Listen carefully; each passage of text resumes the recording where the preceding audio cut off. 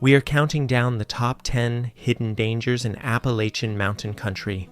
The woods look quiet, the streams look clean, the ridges look like a simple workout.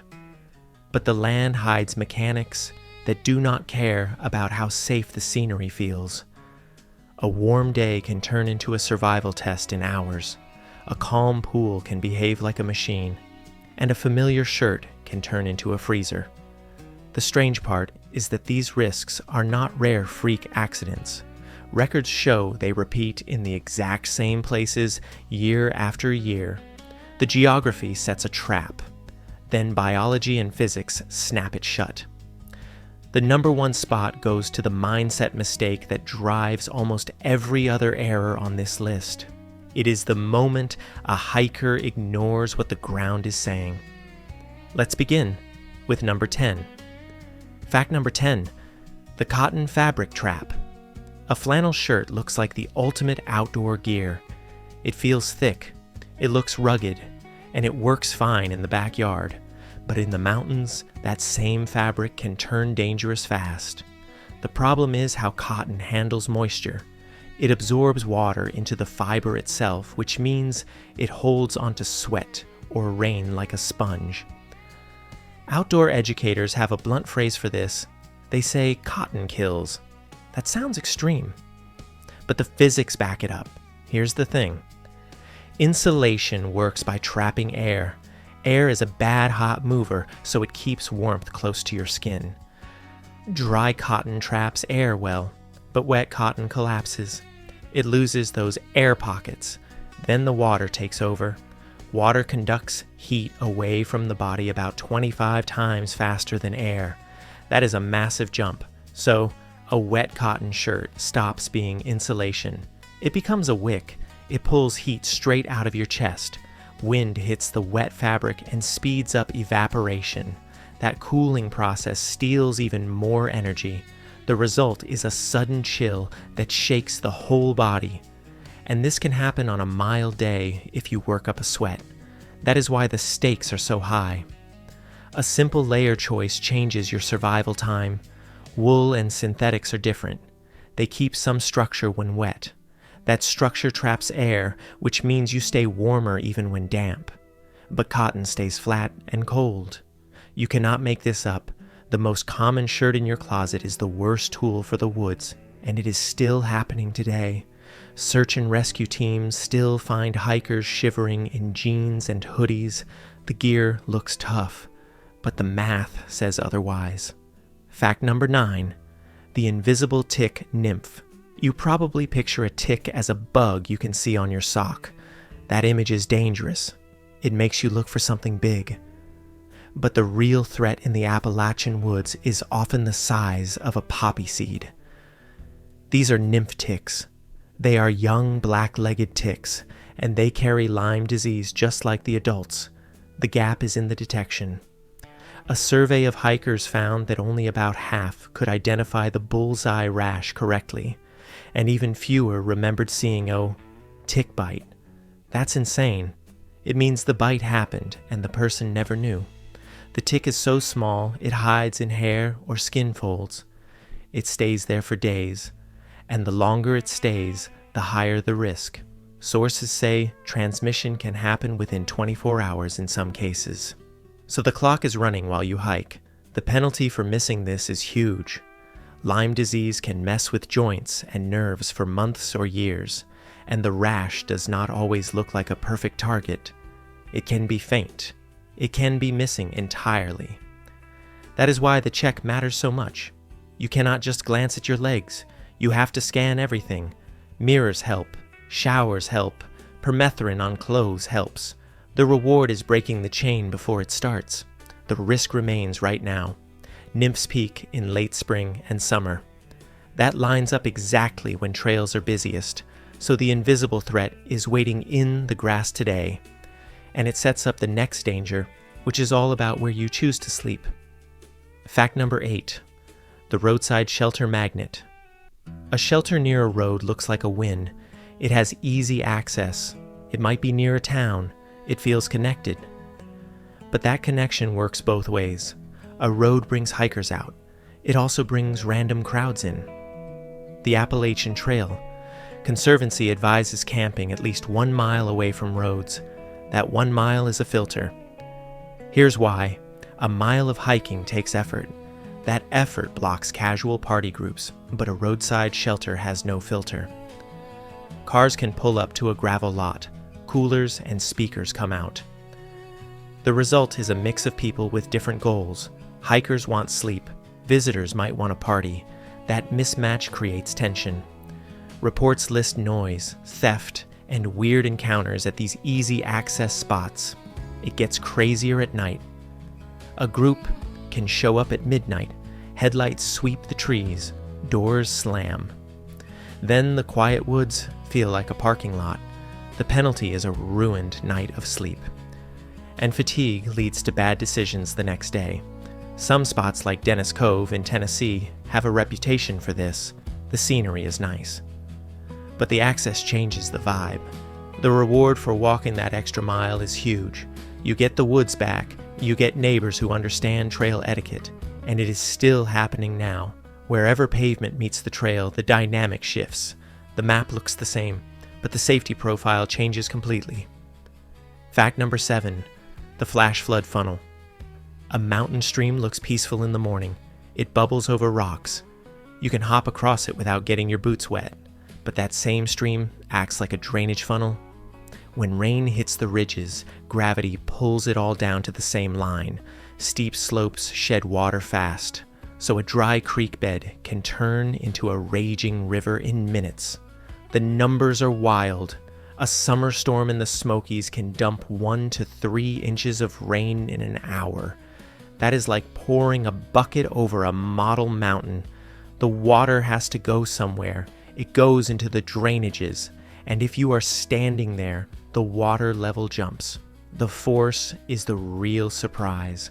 Water is heavy. Moving water carries mud, sticks, and rocks. It hits your legs like a solid object. The Rattle River case in New Hampshire shows how this works. A hiker got a warning about a flood watch, but the plan was set.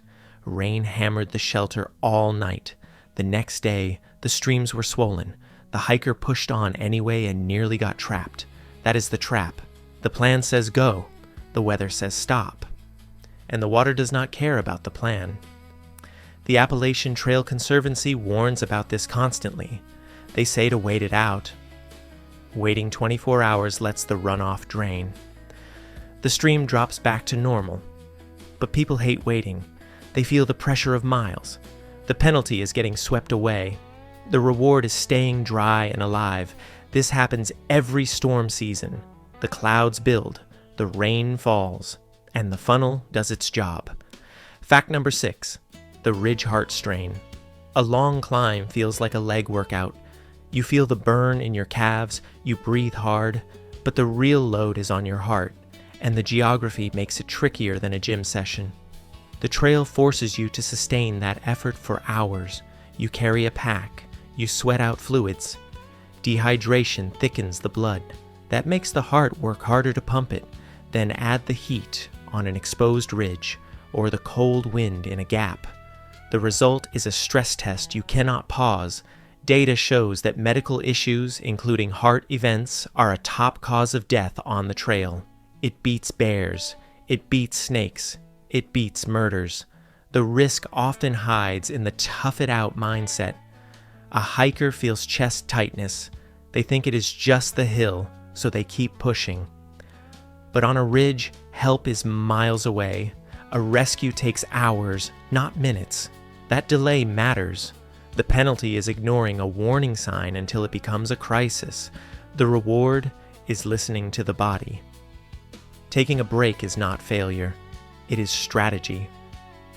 This is still happening right now. Older hikers are hitting the trail in record numbers. That is great. But the terrain does not adjust for age. It demands the same output from everyone, so the ridge remains a beautiful, dangerous filter. Fact number 5, the Slick Rock Slide. A waterfall overlook is a perfect photo spot. The view is huge. The mist feels cool.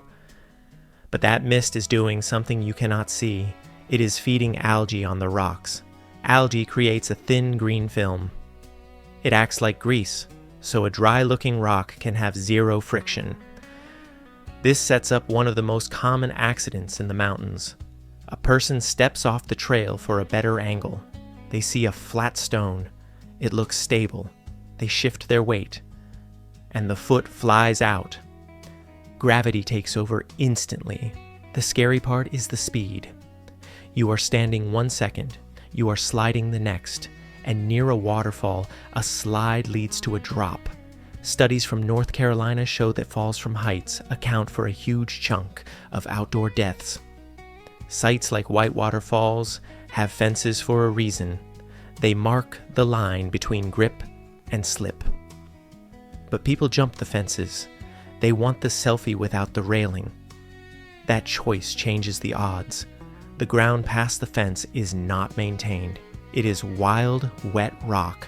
The penalty is a fall that you cannot stop. The reward is staying on the manufactured surface. Barriers are not there to ruin the view. They are there because the physics of wet granite are unforgiving.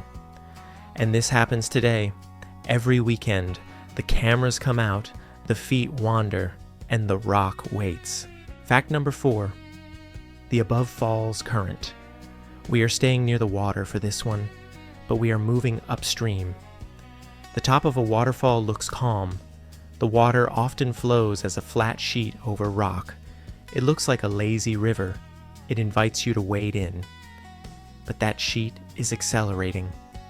It is moving downhill toward the lip, and the rock bottom is smooth and slick. This is the above falls trap.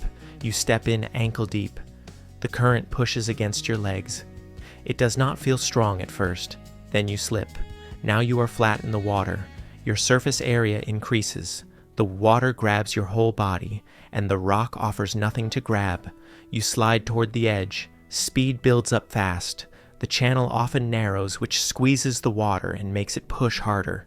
You cannot swim against it because there is no depth to kick. You are just scraping over stone. Park rangers have a strict rule: never play in the water above a falls. It sounds like they are being mean, but they know the mechanics. Once you enter that chute, gravity wins. Dogs are at huge risk here too. They chase a stick into the flow.